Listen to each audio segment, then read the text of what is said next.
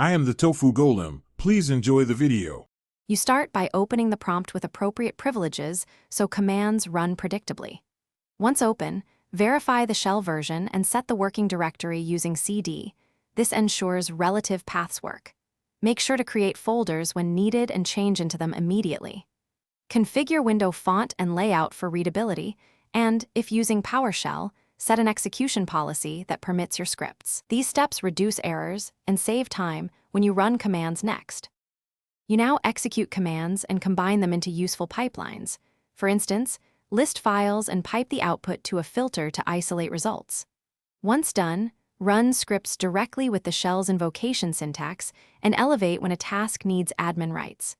Make sure to export or update path for tools you call frequently so they run without full paths.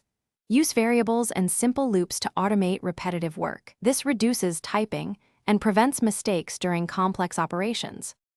You finish by validating results, reading exit codes, and reviewing any logs to confirm success. Once satisfied, close the session or save command history so you can reproduce steps later. This preserves your workflow. If something fails, isolate the problem.